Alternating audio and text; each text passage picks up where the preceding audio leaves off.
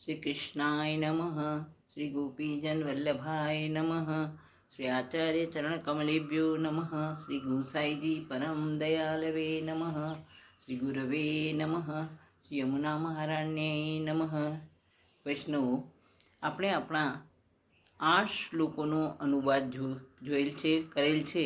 હવે આજે આપણે જોશું 9મો શ્લોક, શ્રી કૃષ્ણાશ્રયનો 9મો શ્લોક. વિવેક ધૈર્ય ભક્ત્યાદિ રહિતસ્ય વિશેષતઃ.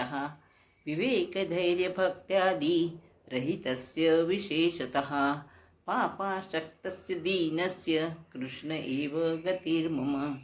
હવે આમાં પણ ભક્તોએ પોતાની નિસ્સાધનતા પ્રગટ કરી છે, નિસ્સાધનતા બતાવી છે કે કેવી રીતે છે પોતે વિવેક, ધૈર્ય અને ભક્ત આદિથી પોતે રહિત થઈ ગયા છે.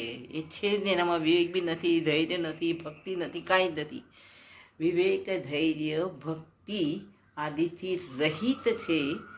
અને વિશેષ કરીને પાપાસક્ત, પાપથી આસક્ત થઈ ગયા છે. બધું પાપી કાર્ય કેમ કરવા, બસ એમાં જ એને મગ્ન છે પૂરા. આસક્ત થવું એટલે મગ્ન થવું, એમાં ગુંદાઈને રહેવું એમ.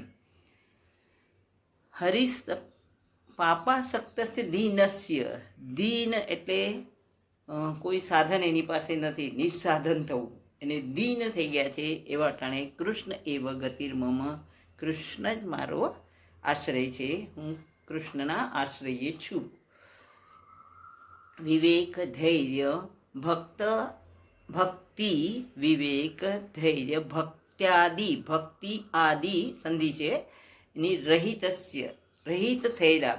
વિવેક, ધૈર્ય, ભક્તિ આદિથી રહિત થઈ ગયેલા છે. વિશેષતા અને વિશેષ કરીને પાપાસક્ત, પાપથી આસક્ત થઈ ગયા, પાપમાં ગુંતાયેલા છે, પૂરી પાપી કાર્ય કરવામાં. પાપાસક્તસ્ય અને દીન છે. દીન એટલે કોઈ સાધન એમના પાસે નથી પ્રભુનો આશ્રય કરવાનું. એવા ઠાણે કૃષ્ણ એવ ગતિર્મમ. કૃષ્ણ તું જ મારો આશ્રય છે. અમે બધા નિસ્સાધન છીએ, પાપથી આસક્ત થઈ ગયા છીએ, અને વિવેકની નથી અમારામાં, ભક્તિ બી નથી, કોઈ ધૈર્ય નથી, કોઈ સહન કરવાની શક્તિ નથી. એવા ટાણે તું જ અમારો આશ્રય છે. વિવેક, ધૈર્ય, ભક્તિ આદિથી રહિત થયેલા છીએ. વિશેષ કરીને પાપથી આસક્ત છીએ. દીનસ્ય છે, સાધન અમારી પાસે કોઈ નથી. એવા ટાણે કૃષ્ણ જ અમારો આશ્રય છે. સર્વ સામર્થ્ય 10મો શ્લોક. સર્વ સામર્થ્ય સહિતા સર્વત્રૈવાખિલાર્થકૃત શરણસ્થ સમુદ્ધારમ કૃષ્ણમ વિજ્ઞાપયામ્યહમ. સર્વ સામર્થ્ય સહિતા. હવે કૃષ્ણ કેવા છે? સર્વ સામર્થ્ય સહિતા. કૃષ્ણ એ સર્વ સામર્થ્ય, સર્વશક્તિમાન છે, સર્વ સામર્થ્યવાળા છે. સર્વત્ર એવ અખિલાર્થકૃત. સર્વત્ર એવ અખિલાર્થકૃત એટલે સર્વત્ર, દરેક જગ્યાએ, અખિલાર્થ સંપૂર્ણ, અખિલાર્થકૃત સર્વ ભક્તોનું સારું ઈચ્છનારા, અખિલ સારું ભલું કરનારા છે. સર્વત્ર એવ અખિલાર્થ કૃતાઃ અથવા સર્વ ભક્તોના અખિલાર્થ કૃત એટલે સર્વ ભક્તોના મનોરથ, ઈચ્છાઓ પૂર્ણ કરનારા છે. સર્વત્ર એવ, સર્વત્રૈવ, સર્વત્ર બધી જગ્યાએ જ, એવ અખિલાર્થ કૃતાઃ સર્વ ભક્તોના સર્વ મનોરથ પૂર્ણ કરનારા છે.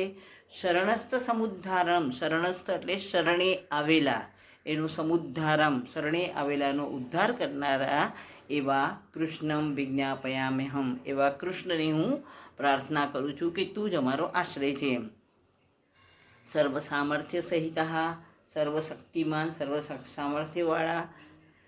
સર્વત્ર એવ અખિલાર્થકૃતા, બધી તરફ, સર્વત્ર બધી જગ્યાએ. અખિલાર્થકૃત, અખિલાર્થકૃત સર્વ ભક્તોના મનોરથ, અખિલાર્થ એટલે પૂર્ણ કરનારા, સર્વ ભક્તોના મનોરથ પૂર્ણ કરનારા છે. અને શરણસ્થ સમુદ્ધારમ, શરણે આવેલાનો ઉદ્ધાર કરનારા.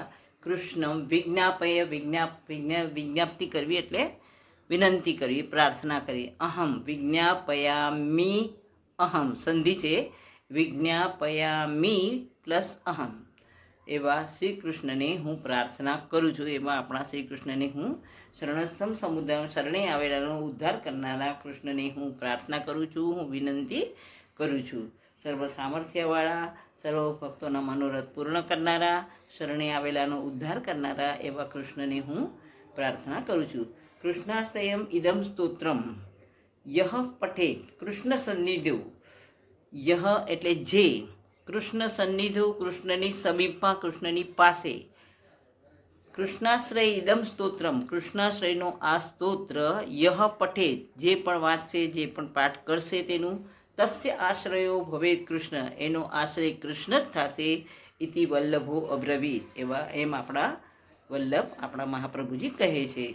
કૃષ્ણાશ્રયમ ઇદમ સ્તોત્રમ યહ પઠેત કૃષ્ણ સન્નિધમ ઇદમ સ્તોત્રમ. યહ કૃષ્ણ સન્નિધૌ કૃષ્ણાશ્રયમ ઇદમ સ્તોત્રમ પઠેત.